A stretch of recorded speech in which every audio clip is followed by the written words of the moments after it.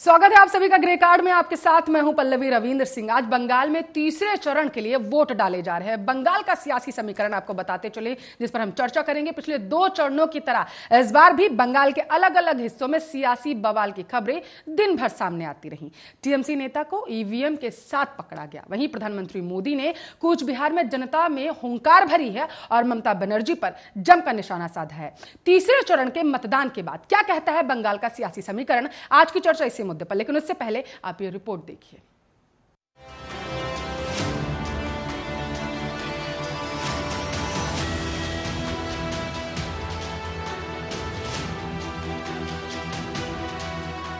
बंगाल में वोटिंग हो और टीएमसी और बीजेपी के बीच आरोप प्रत्यारोप का दौर ना चले, राजनीतिक बवाल ना मचे, ऐसा तो हो ही नहीं सकता। पश्चिम बंगाल में आज यानी मंगलवार को तीसरे फेज के लिए मतदान हो रहा है। कुल 31 सीटों पर वोटिंग हो रही है। मतदान के शुरू होते ही बीजेपी और टीएमसी में आरोप प्रत्यारोप का सिलसिला भी शुरू हो गया। टीएमसी ने पोलिंग बूथ पर वोटरों को परेशान करने का आरोप लगाया है कि एक ईवीएम टीएमसी नेता के घर के बाहर मिला है। टीएमसी नेता के घर के पास ईवीएम मिलने के बाद चुनाव आयोग ने भी सख्त एक्शन लिया है। यहाँ एक सेक्टर ऑफिसर को सस्पेंड किया गया है। चुनाव आयोग का कहना है कि ये एक रिजर्व ईवीएम था, इसका वोटिंग में इस्तेमाल नहीं हो रहा था। चुनाव आयोग का कहना है कि सेक्टर ऑफिसर तपन सरकार ईवीएम के साथ अपने रिश्तेदार के घर सोने गए थे, जो नियमों का उल्लंघन है। उधर आरामबाग में टीएमसी की उम्मीदवार सुजाता मंडल पर हमला हुआ है। टीएमसी का आरोप है कि उन पर ईंटों से हमला किया गया। उन्होंने कहा कि मास्क में कुछ लोग आए जिन्होंने उन पर हमला किया। सुजाता मंडल ने कहा कि बीजेपी के गुंडों ने बीती रात महिला मतदाताओं को धमकाया और प्रताड़ित किया। हावड़ा जिले के बगनान में तृणमूल के कैंप ऑफिस में तोड़फोड़ की खबरें भी सामने आई, जिसका सीधा आरोप बीजेपी पर लगा। इसी तरह दक्षिण 24 परगना जिले के कैनिंग में बीजेपी कार्यकर्ताओं के घर में घुसकर उसकी पिटाई का मामला सामने आया है। वहीं हुगली के गोघाट इलाके में बीजेपी कार्यकर्ता की मां का मर्डर कर दिया गया। बीजेपी ने आरोप लगाते हुए कहा कि टीएमसी के गुंडों ने हत्या की है। हालांकि टीएमसी ने मर्डर के आरोपों से इनकार किया है। बंगाल की जनता को एक बार फिर संबोधित करने प्रधानमंत्री मोदी कूचे बिहार पहुंचे। मोदी ने जमकर ममता पर हमला बोला। प्रधानमंत्री मोदी के दीदी ओ दीदी कहने पर टीएमसी ने आपत्ति व्यक्त की थी। टीएमसी ने कहा था कि मोदी ममता बनर्जी का दीदी ओ दीदी कहकर मजाक उड़ाते हैं। खास बात ये है कि प्रधानमंत्री मोदी ने उन्हें इस बार दीदी ओ दीदी की जगह की आदरणीय दीदी ओ दीदी, हम तो मामूली इंसान हैं और उनके आशीर्वाद से देश सेवा में लगे हैं। रोज आपको कहना पड़ रहा है कि आप नंदीग्राम जीत रही हैं। आपको तिलक लगाने वालों से, भगवा पहनने वालों से दिक्कत है। इससे साफ है कि आपकी जमीन खिसक चुकी है, आपका हारना तय है। प्रधानमंत्री मोदी ने कहा कि दीदी, आप वैसे तो चुनाव आयोग को गालियां देती हैं, लेकिन हमने ये कहा होता कि सारे हिंदू एकजुट हो जाओ, बीजेपी को वोट दो, तो हमें इलेक्शन कमीशन के 8-10 नोटिस मिल गए होते, सारे देश की एडिटोरियल हमारे खिलाफ हो गए होते। प्रधानमंत्री मोदी ने कहा कि दीदी इन दिनों एक सवाल पूछ रही हैं कि क्या बीजेपी भगवान है जो उसे जीत का पता लग गया है। प्रधानमंत्री मोदी ने कहा कि दीदी, हम तो मामूली इंसान हैं, जनता ही भगवान का रूप है, उनसे पता लगता है कि हवा का रुख क्या है। ममता बनर्जी पर निशाना साधते हुए प्रधानमंत्री मोदी बोले कि दीदी, आपका गुस्सा, व्यवहार और वाणी देखकर बच्चा भी बता सकता है कि टीएमसी चुनाव हार गई है। अरे जनता जनार्दन का चेहरा देख करके पता चलता है कि हवा का रुख क्या है। यही तो ईश्वर का अवतार है। और दूसरा, दीदी, आदरणीय दीदी, दूसरी बात जो है कि चुनाव नतीजों का पता कैसे चलता है, अनुमान कैसे लगता है। एक तो आपका गुस्सा, आपकी नाराजगी, आपका व्यवहार, आपकी वाणी, इन सब को देखकर एक बच्चा भी बता सकता है कि दीदी, टीएमसी, आप चुनाव हार चुकी है। दीदी, आप मैदान छोड़ चुकी है। वहीं बंगाल में आज जिन 31 सीटों पर वोट डाले जा रहे हैं वो 3 जिलों के अंदर आती हैं, हावड़ा, हुगली और दक्षिण 24 परगना। इस फेज के मतदान में आने वाली अधिकांश सीटों को तृणमूल कांग्रेस का गढ़ माना गया है, लेकिन बीजेपी ने भी इस बार अपनी तरफ से कोई कोर कसर नहीं छोड़ी है। ऐसे में बीजेपी और टीएमसी के बीच कड़ी टक्कर देखने को मिल रही है और ये 2 मई को ही पता चलेगा कि दीदी बंगाल से जाएंगी या नहीं। Special desk, Arya news.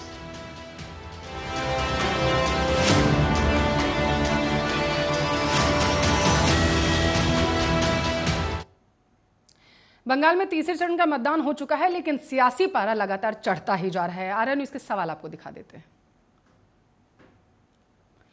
आखिर टीएमसी नेता के घर कैसे पहुंची ईवीएम, बेहद महत्वपूर्ण सवाल आर्या न्यूज आप पूछ रहा है। ग्रे कार्ड में बंगाल में आखिर राजनीतिक हिंसाएं ये कब थमेंगी, क्योंकि पहले चरण के मतदान हुए थे और उसके बाद आज जो तीसरे चरण का मतदान हुआ है, पश्चिम बंगाल में हिंसाएं लगातार हो रही हैं, थमने का नाम नहीं ले रही हैं। सुबह से ऐसी खबरें आ रही हैं। 2 मई क्या दीदी बंगाल से चली जाएंगी, क्योंकि लगातार प्रधानमंत्री पश्चिम बंगाल में सक्रिय होकर के इस तरीके की बयानबाजियां दे रहे हैं और इसके साथ साथ प्रधानमंत्री ने यह भी कहा कि पश्चिम बंगाल में जो हिंसाएं हो रही हैं उसका जिम्मेदार टीएमसी है। क्या बंगाल में शांतिपूर्ण मतदान कराना अब इसी के लिए चुनौती बन चुका है, क्योंकि लगातार सुबह से ही हिंसा की घटनाएं सामने आ रही हैं। और बेहद महत्वपूर्ण सवाल, क्या इसी के लिए वहां पर पश्चिम बंगाल में खास करके सुरक्षा के लिहाज से अगर देखा जाए चुनाव कराना क्या एक मुश्किल भरा कदम हो सकता है? इस मुद्दे पर ज्यादा चर्चा करने के लिए कांग्रेस के प्रवक्ता हैं जावेद अहमद हैं, बीजेपी के प्रवक्ता हैं विमल सिंह, टीएमसी के नेता दयाशंकर सिंह हमारे साथ जुड़ चुके हैं। आप सभी मेहमानों का स्वागत है आर्या न्यूज पर। दयाशंकर जी, सबसे पहले आपके पास आ रही हूं। प्रधानमंत्री ने कहा है कि 2 मई दीदी गई, क्योंकि जिस तरीके से बौखलाहट में आकर के वो बयानबाजियां दे रही हैं, क्या कहेंगे आप?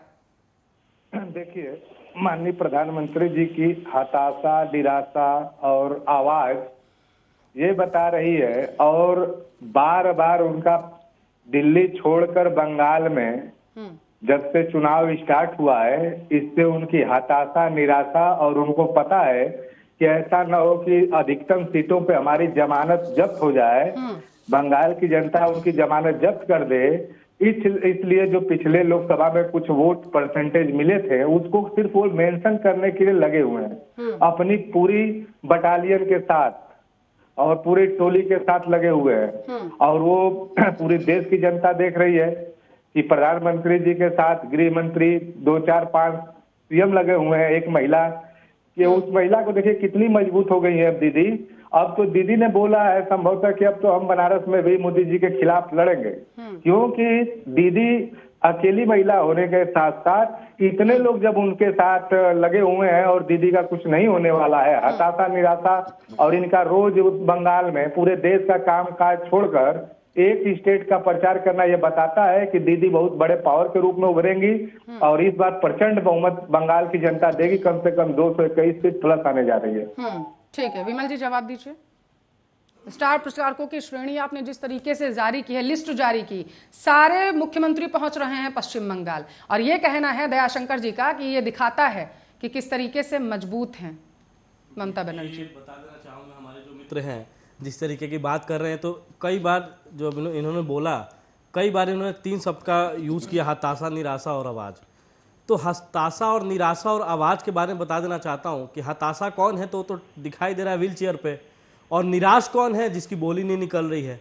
और आवाज़ की बात करें तो आवाज़ जैसे दीदी का आजकल जो है देख रही हैं कि अपना गोत्र बता रही हैं कि हमारा सांडिल्य गोत्र है, वो ममता बनर्जी आज से अगर लगभग 2014 के पहले अगर आप बंगाल जाती तो पोस्टर में ममता दीदी का फोटो जो है ना ऐसे लगता था, जैसे लग रहा है नमाज पढ़ रही हैं। और आज ममता दीदी जो है, आज ममता दीदी को सती पाठ याद आ रहा है, आज ममता दीदी को जो है अपना गोत्र याद आ रहा है। दूसरे हमारे बात जो मित्र कह रहे हैं कि जमानत जब्त हो जाएगी, तो देखिए जमानत जब्त जो है नंदीग्राम की जो जनता है वो ममता बनर्जी का जमानत जब्त करके कोटली के अंदर डाल दी है।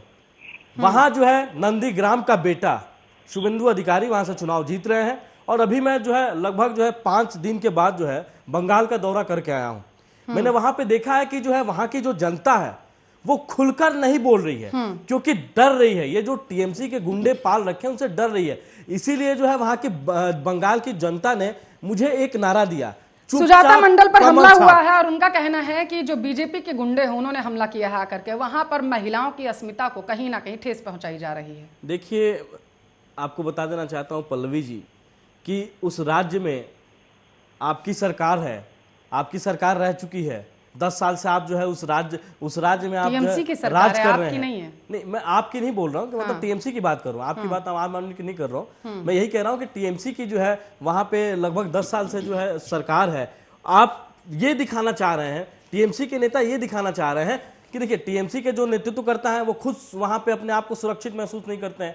वो ये दिखा दिए हैं, ममता बनर्जी जी ने बंगाल की जनता को ये बता दिया है कि देखिए मैं अपनी रक्षा स्वयं नहीं कर सकती हूं, तो आपकी रक्षा मैं नहीं कर सकती हूं।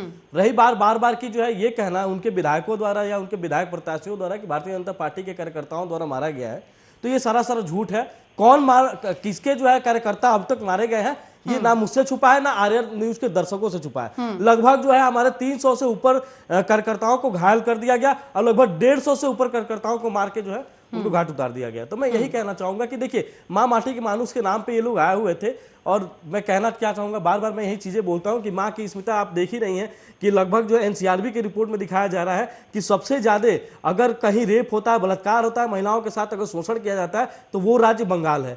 माटी की बात करूं तो उसका स्मिता खत्म कर दिया गया है। मानुष भारतीय जनता पार्टी कार्यकर्ताओं को मारा जा रहा है। वहां के लोग सुरक्षित नहीं है, वहां के लोग अपने आप को जो है एक सिक्योर फील नहीं कराते हैं। जी पल्लवी, ठीक है दयाशंकर जी जवाब दीजिए। 10 साल से बैठे हैं आप लोग और सुरक्षा की बद से बदतर स्थिति। देखिए ये लोग सुरक्षा की बात करते हैं। लोकसभा चुनाव के समय पुलवामा जग जाहिर है, बिहार के समय गलवान और अभी समय छत्तीसगढ़ में जिस तरह से हमारे देश के सैनिक शहीद हुए, मानवता के नाते इन लोगों को इस्तीफा दे देना चाहिए। इनको तो पूरे देश में जो महिलाओं के साथ अत्याचार हुआ, बहन बेटियों का रेप करने के बाद रात को लाशें जला दी जाती है, तो अधिकतम इनके प्रदेशों की ये स्थिति है और ये दूसरे पे आरोप लोग लगाते हैं, तो ये न्याय उचित नहीं है। इनको तो अपना जिम्मेदारी लेते हुए जो घटनाएं हो रही हैं, देश के सैनिक शहीद हो जा रहे हैं, बड़ा शर्म आता है। इनको तो इस्तीफा देना चाहिए, तत्काल देना चाहिए। पहले देखिए, पहले के जो नेता थे, जिन नेताओं को ये लोग 70 साल के पहले वाले नेताओं पे किसी प्रकार का अगर ट्रेन भी दुर्घटनाग्रस्त हो जाती थी तो हमारे लोग जो माननीय मंत्री जी लोग महोदय होते थे तो स्वेच्छा से वो लोग अपना इस्तीफा दे देते थे। लेकिन देश के साथ कितना दुर्घटना हो जा रहा है, इतने बड़े बड़े, अभी देखिए राफेल का मुद्दा भी आ गया है, 8 करोड़ रुपए वाला है, उसके बाद क्या क्या लेन देन वो जो है चर्चा में एकदम छाया हुआ है। तो ये लोग बड़े घोटालेबाज लोग है ना, बड़ा घोटाला ये लोग करते हैं। तो इस तरह से इनका चेहरा पूरे देश में, पूरे विश्व में बेनकाब हो चुका है। किसानों के ऊपर अत्याचार, 300 से ऊपर किसान जो है शहीद हो गए। अब देखिए नौजवानों को नौकरी मिल रही है, उसके बाद ये लोग ज्वाइनिंग नहीं कराते हैं। नौजवान तख्ती लेके दिल्ली से कलकत्ता और जहां जहां चुनाव हो रहे वहां पे प्रदर्शन इनके खिलाफ कर रहे हैं, महिलाएं कर रही है, महंगाई चरम पे बढ़ी हुई है।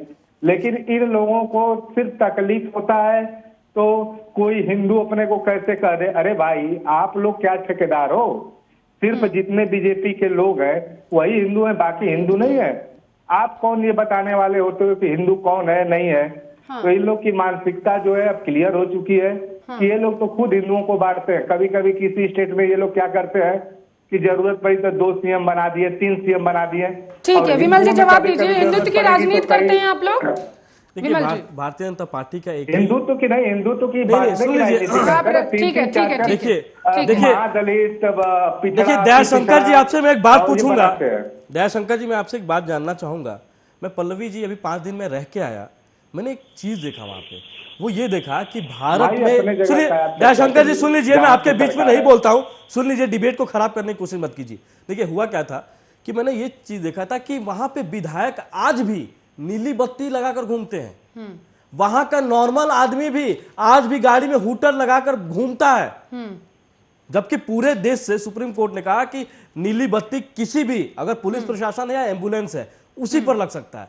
लेकिन वहां के विधायक, वहां के मंत्री आज भी नीली बत्ती जलाकर घूमते हैं। दूसरी बात, हमारे मित्र जो बोले दयाशंकर जी, देखिए मैं आर्या न्यूज के जरिए जो हमारे छत्तीसगढ़ में जो हमला हुआ, मैं विनम्र श्रद्धांजलि अर्पित करता हूं अपने जो शहीद जवान हैं, लेकिन इस पे राजनीति करने की कोशिश जो है ना की जाए। दयाशंकर जी बताया था, सुन लीजिए ना। दयाशंकर जी सुन लीजिए, आपके बीच में मैं नहीं बोला हूं, सुन लीजिए एक बात, पूरी बात खत्म होने दीजिए, उसके बाद बीच में बोला मत कीजिए। देखिए तो लेकिन वहां पे किसकी सरकार है? छत्तीसगढ़ में आपके कांग्रेस की सरकार है। देखिए वहां पे नक्सली हमला हुआ है, वहां के राज्य सरकार क्या कर रही है? मैं एक बात पूछना चाहूंगा, अभी हमारे कांग्रेस के मित्र बैठे हुए उनसे मैं पूछना चाहूंगा। दूसरी चीज देखिए दयाशंकर जी, विमल जी नहीं, मैं बात करूंगा छत्तीसगढ़ के, तो अभी नहीं, कांग्रेस आज छत्तीसगढ़ में अभी चुनाव नहीं है ना, नहीं, तो पश्चिम बंगाल में हुए तीसरे चरण की के। बात में उसी पर देखिए, जवाब उनका तो जवाब बेहतर दे देना रहेगा। चाहता हूँ ना दयाशंकर जी। स्थानीय मुद्दे गायब हो नहीं, चुके हैं पश्चिम बंगाल से, विमल जी, उन पर चर्चा क्यों नहीं हो रही है? देखिए, अभी बीजेपी की बात करें, अगर आप लोग टीएमसी पर आरोप लगा रहे हैं कि वो बौखलाहट में आकर के जवाब दे रही हैं, और ये बौखलाहट ये दिखाती है कि वो जाने वाली है 2 मई को, स्थानीय मुद्दों का जिक्र अगर टीएमसी नहीं कर रही है तो बीजेपी भी तो नहीं कर रही है। बीजेपी कर रही है ना, बीजेपी तो बार-बार सोनार बांग्ला का विकास की बात करने के लिए लोग आए थे, सोनार बांग्ला के बारे में करेंगे हम। भारतीय जनता पार्टी की जिस दिन सरकार, रणनीति भी 2 मई को भारतीय जनता पार्टी की सरकार बनने बताइए, आप वो रणनीति भी बताइए ना बंगाल की जनता को। देखिए, हम बता रहे हैं आपको, पहली चीज हम आपको दयाशंकर जी की बातों को मैं जवाब दे देना चाहूंगा। देखिए, दयाशंकर जी आज से 2014 से पहले एक और प्रधानमंत्री थे इस देश के अंदर। अगर भारत में हमला होता था ना तो यूएन में जाके वो रोते थे। तो मैं ये कहना चाहूंगा कि ऐसा देश का प्रधानमंत्री आया ना कि पाकिस्तान के अंदर जाके ठोकता है। तो मैं एक बात ये कहना चाहूंगा, सुनिए, मजबूर हो जाता है। देखिए, और रात रही बात की आप किसानों की बात कर रहे हैं, रही बात आप किसानों की बात कर रहे हैं, तो मैं आपको बता देना चाहूंगा कि देखिए, किसानों के साथ तो छलावा आप कर रहे हैं। 73 लाख किसान जो है कृषि बीमा योजना से, कृषि योजना से वंचित है। आप 73 लाख किसानों के साथ तो छलावा आप कर रहे हैं। लेकिन मैं आर्या न्यूज के जरिए बता देना चाहता हूं दर्शकों को कि 2 मई को भारतीय जनता पार्टी की सरकार बनेगी और 73 लाख किसानों के अकाउंट में डायरेक्ट 6,000 रुपए डाले जाएंगे, तो यह विकास होगा। दूसरी बात मैं बता देना चाहता हूं कि जो आयुष्मान योजना के तहत जो 5 लाख रुपए ये लोग नहीं देते हैं, 5 लाख का जो हेल्थ केयर जो बीमा है, ये लोग वो पास नहीं होने देते हैं। मैं गरीबों को, हमारे जो गरीब भाई हैं, हमारे जो सोनार बांग्ला भाई हैं, उनके लिए मैं बता देना चाहता हूं आर्या न्यूज के जरिए कि 2 मई के बाद जो भारतीय जनता पार्टी की सरकार बन रही है, उस दिन जो है आयुष्मान योजना का भी शुरुआत जो है बंगाल से किया जाएगा। जावेद जी, टीएमसी नेता के घर के बाहर ईवीएम मिली है, क्या कहेंगे आप? देखिए पल्लवी जी, बड़ी बातें हो गई, कांग्रेस पे भी आरोप लग गए। टीएमसी नेता के यहाँ, टीएमसी भी तो भाजपा की बड़ी सहयोगी रही है। एनडीए की गवर्नमेंट में ममता जी भी मंत्री रही हैं, उनके सांसद भी मंत्री रहे हैं। ये वहीं से निकल के तो आई है। जो काम बीजेपी करती है, टीएमसी बीजेपी से निकल के आई है जावेद जी? टीएमसी एनडीए गवर्नमेंट में नहीं थी। जरा बताइए आप, महागठबंधन में टीएमसी किसके साथ थी जावेद जी? क्या जावेद जी तो बता रहे हैं ना कि अटल जी की सरकार में कौन नहीं, जावेद जी इसके साथ ये भी बताएं कि महागठबंधन में टीएमसी किसके साथ थी, और टीएमसी ने जो विपक्षी नेताओं को चिट्ठी लिखी है एकजुट होने के लिए, वो किसको लिखी है? विपक्ष के नेताओं में कांग्रेस नहीं आती है क्या? अरे पल्लवी जी, अब आप कांग्रेस को घेरने के लिए बैठ गई हैं, अलग अब देखिए, आप सवाल भी ना करें जावेद जी, कैसी बात कर रहे हैं आप? आपने कहा जावेद जी कि टीएमसी जो है वो बीजेपी से निकल के आई है, तो सवाल पूछना तो लाजमी है ना। आप मुझे ये बताइए, महागठबंधन में थे या नहीं थे? आप सवालों के जवाब भी ले लीजिए ना। मुझे जवाब दीजिए, ठीक है, सवाल का जवाब दीजिए। महागठबंधन में थे? महागठबंधन में हम कब चुनाव लड़े? हम तो आज भी टीएमसी के खिलाफ और भाजपा के खिलाफ पश्चिम बंगाल में चुनाव लड़ रहे हैं। हम कब हमने साझा किया? साझा तो सवाल नहीं, सवाल मेरा ये नहीं। आपने जो बोला कि बीजेपी से निकले, विमल जी जवाब दीजिए। देखिए, लग रहा जावेद जी भूल गए। देखिए, हमारे मित्र हमारे जवाब देना चाहिए था। विमल जी जवाब दीजिए। आप लोग अप्रत्यक्ष रूप से एक रणनीति बना रहे हैं क्या कांग्रेस के खिलाफ? नहीं, देखिए कांग्रेस तो वहां पे है भी नहीं, और मैं वहां पे गया था पल्लवी जी, मैं आपको बता देना चाहता हूं, मुझे सिर्फ 2 ही झंडा दिखाई दिया, और बहुत ऐसी छोटी छोटी गलियां थी जहां पे 1 झंडा दिखाई दिया। वहां पे टीएमसी और भारतीय जनता पार्टी का देखिए वहां पे लड़ाई है। कांग्रेस दूर दूर तक नहीं है। सुन लीजिए, देखिए आपको तो कुछ पता है नहीं, डिबेट पे चले आए हैं, हल्ला करने के लिए चले आए हैं। देखिए, पढ़ के आया करिए, बेइज्जती हो जाएगी, बोल दूंगा, बेइज्जती हो जाएगी। सुन लीजिए, उन्हें पहले से पता चल गया कि बीजेपी जीतेगी। दयाशंकर जी, 2 मई टीएमसी बिखर जाएगी, ये कहना है प्रधानमंत्री का। दयाशंकर जी, देखिए, ख्याली पुलाव और मुंगेरी लाल के हसीन सपने देखना किसी के ऊपर कोई पाबंदी नहीं लगा सकता है। और ये लोग तो, इनसे जब पूछा जाता है कि आप बताइए भाई कौन सी तकनीकी है, कहीं तोते का जान उसी तकनीकी में नहीं न बसती है। आप लोग जहाँ दिल्ली जैसे स्टेट में आप लोग जहाँ पे आप खुद बैठते हो, वहाँ पे रसगुल्ला पाते हो, और बंगाल में 3 सीट लेकर सरकार बनाने की बात, तो देखिए देश की जनता जो है, बंगाल की जनता पढ़ी लिखी समझदार है। वो ये शगुफा कि ये इतने नौकरी देंगे, इतने रोजगार देंगे। और रही बात जो 70 साल की पिछली सरकारों ने देश को आजादी से लेके और जो संस्थान आज बनाए हैं सब कुछ, तो ये तो सरकार में आने के बाद 1 बाय 1 करके उसका बेच रहे हैं हर संस्थान को। हम लोग को तो डर लगता है कि कहीं देश की जनता को ये लोग न बेच दें, और बेचेंगे अगर ये लोग आ गए तो। और कभी तो ये भी आंशिक रूप से दूसरे देश में एक पत्रिका भी छपा था कि भारत आंशिक गुलामी की तरफ बढ़ रहा है। तो ये सब क्या हो रहा है देश में, हम लोग तो बड़ा आश्चर्य है। और ये लोग जान लीजिए पूरे देश से अब जाने वाले हैं 1 बाय 1 करके, इनके साथ के जो पार्टियां रही साथ छोड़ रही हैं।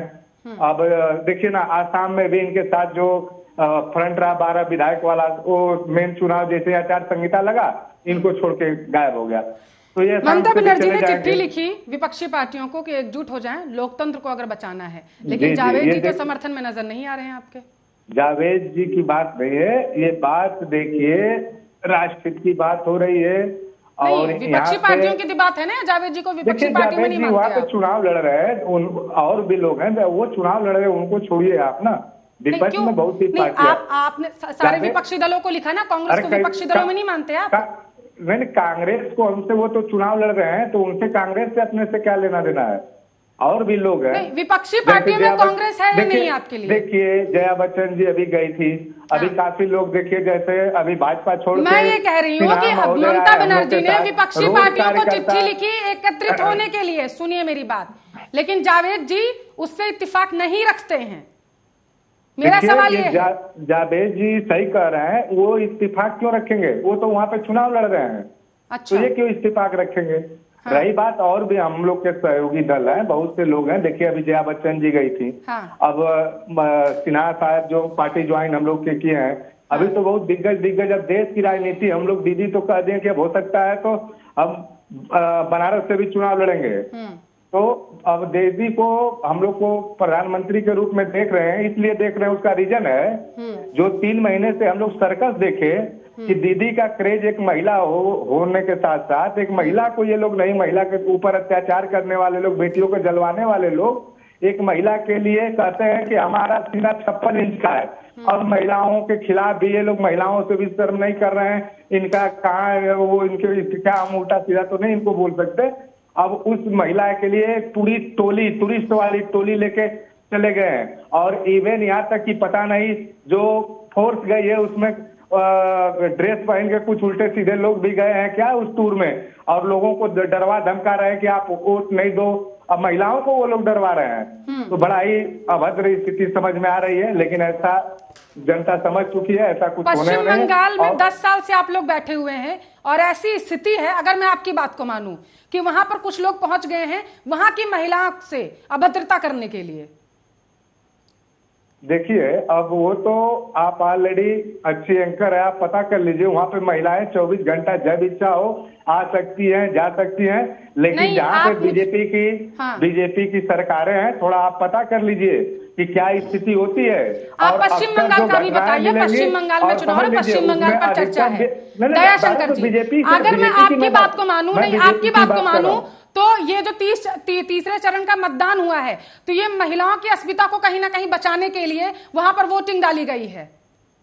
देखिए अभी तक तो महिलाओं जो है दीदी के साथ 100% महिलाएं हैं, और काफी वोट पड़ रहा है। और इस बार तो हम लोगों को ये लग रहा है कि करीब दीदी नहीं, आप मेरा सवाल नहीं समझ रहे हैं। आपने जो कहा कि वहां पर कुछ लोग पहुंच गए दूसरे कपड़े पहनकर, वहां पर महिलाओं के साथ अभद्रता की जा रही है, शायद वही उसी कारणवश वो वहां पर पहुंचे हुए हैं। बाहरी लोग, आप अप्रत्यक्ष रूप से कहना चाहते हैं, पहुंचे हुए हैं। 10 साल से आप लोग बैठे हुए हैं वहां पर, 10 साल से, और उसके बावजूद ये बयान क्या, ये हकीकत है। बहुत सा वीडियो है, वायरल है, लोग शिकायत कर रहे हैं कि घर में विमल जी जवाब दीजिए, ड्रेस विमल जी जवाब दीजिए। 10 साल रहने के बाद दया शंकर जी ये कह रहे हैं कि वहां पर बाहरी लोग आ गए हैं। देखिए मैं आपको बता देना चाहता हूँ, देखिए ममता बनर्जी जी बार बार ये जो बोल रही हैं बाहरी लोग, ये बहुत गलत है। और जिस तरीके से दया शंकर जी बोल रहे हैं, देखिए भारत एक है, और भारत का अगर गुजरात का आदमी अगर बंगाल जा रहा है, या अगर बिहार का आदमी अगर बंगाल जा रहा है, उसका संवैधानिक हक है वहां जाने का, वो वहां जा सकता है, उसका अधिकार है, उसका देश है, उसका देश का एक हिस्सा है, वो कहीं भी जा सकता, आ सकता है। तो ये बार बार बाहरी के तरीके से जोड़ा जा रहा है, बहुत गलत है। दूसरी चीज मैं बता देना चाहता हूं कि अभी ये बात कर रहे हैं कि जो है कुछ तरीके के लोग आ गए हैं जो महिलाओं के साथ अभद्र व्यवहार कर रहे हैं, तो मैं आपको बता देना चाहता हूं दयाशंकर जी, सरकार आपकी है, पुलिस प्रशासन आपकी है, आप उठाइए, अगर वैसे लोग अगर हैं, आपके पास वीडियो है, आप वैसे लोग को उठाइए, उनके ऊपर तत्काल कार्रवाई करवाइए। सरकार आपकी 10 साल से क्या कर रहे हैं आप? ठीक है। दूसरी चीज देखिए, अभी इन्होंने बोला, पल्लवी जी सुन लीजिए, अभी इन्होंने बोला कि मुंगेरी लाल के सपने कोई भी पाल सकता है, तो पाल सकते हैं आप भी। देखिए मैं आपको बता देना चाहता हूं, सुन लीजिए दयाशंकर जी, सुनिए ना, सुन लीजिए दयाशंकर जी, बात यह है कि आप भी मुंगेरी लाल के सपने पाल सकते हैं। 2 मई को तो दीदी जाने वाली हैं मुख्यमंत्री के पद से, और प्रधानमंत्री की बात आप कर रहे हैं, और भी बनारस है।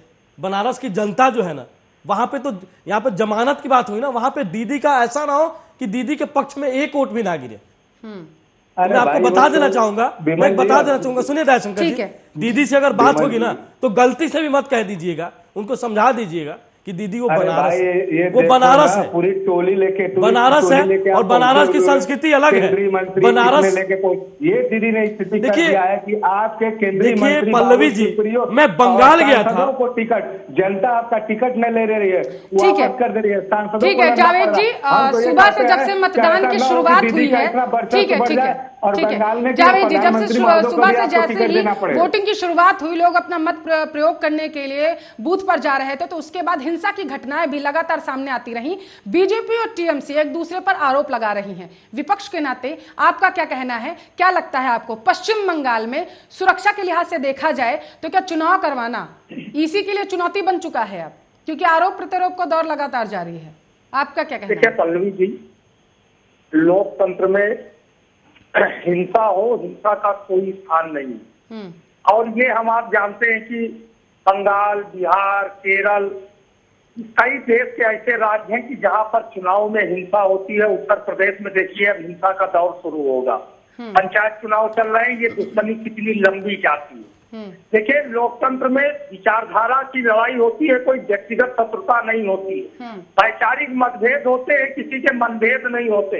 लेकिन सत्ता के लिए जिस तरीके से वर्षों से हमारे देश में कुछ विचारधाराएं हिंसा का रास्ता लेती हैं, ये हमारे लोकतंत्र को अपमानित करती है। कांग्रेस इस हिंसा का कतई समर्थन नहीं करती, और ये जो भी हिंसा हुई है ये हमारी सभ्यता और संस्कृति के विपरीत है, ये हिंसा नहीं होनी चाहिए। ठीक है। लेकिन इस हिंसा को रोकने का काम अब तो चुनाव आयोग का था, लेकिन निर्वाचन आयोग के अंदर में ही पूरा राज्य का प्रशासन भी है। सारे समस्त अधिकारी चुनाव आयोग के तहत काम कर रहे हैं। तो ये नैतिक दायित्व तो चुनाव आयोग का था कि उसने हिंसा को क्यों नियंत्रित करने का प्रयास नहीं किया। आम मतदाता को, आम जनता को, वो देश के किसी हिस्से की हो, आज हम बंगाल की बात कर रहे हैं, उसको अहिंसक रूप से बहुत शांतिप्रिय माहौल में उसको अपने मतदान का अधिकार मिलना चाहिए। लेकिन ये जो हिंसा हो रही है ये इस देश के लिए, हमारे आपके लिए, किसी के लिए उचित नहीं है। ठीक है, 3 चरण के मतदान हो चुके हैं पश्चिम बंगाल में, क्या उम्मीदें कांग्रेस को लग रही हैं? जावेद जी। देखिए पल्लवी जी, हम चुनाव मैदान में हैं जनता के मुद्दों के साथ, हम लोगों की भावनाओं के साथ कोई खिलवाड़ नहीं कर रहे। हमने पहले भी कहा है कि कांग्रेस जनता के मुद्दों के साथ, जनता के लिए चुनाव मैदान में है। जनता जो भी जनादेश देगी हम पूरी गंभीरता से चुनाव लड़ रहे हैं, और जनता पर एक भरोसा होता है राजनीतिक दलों का, वही कांग्रेस का भरोसा है।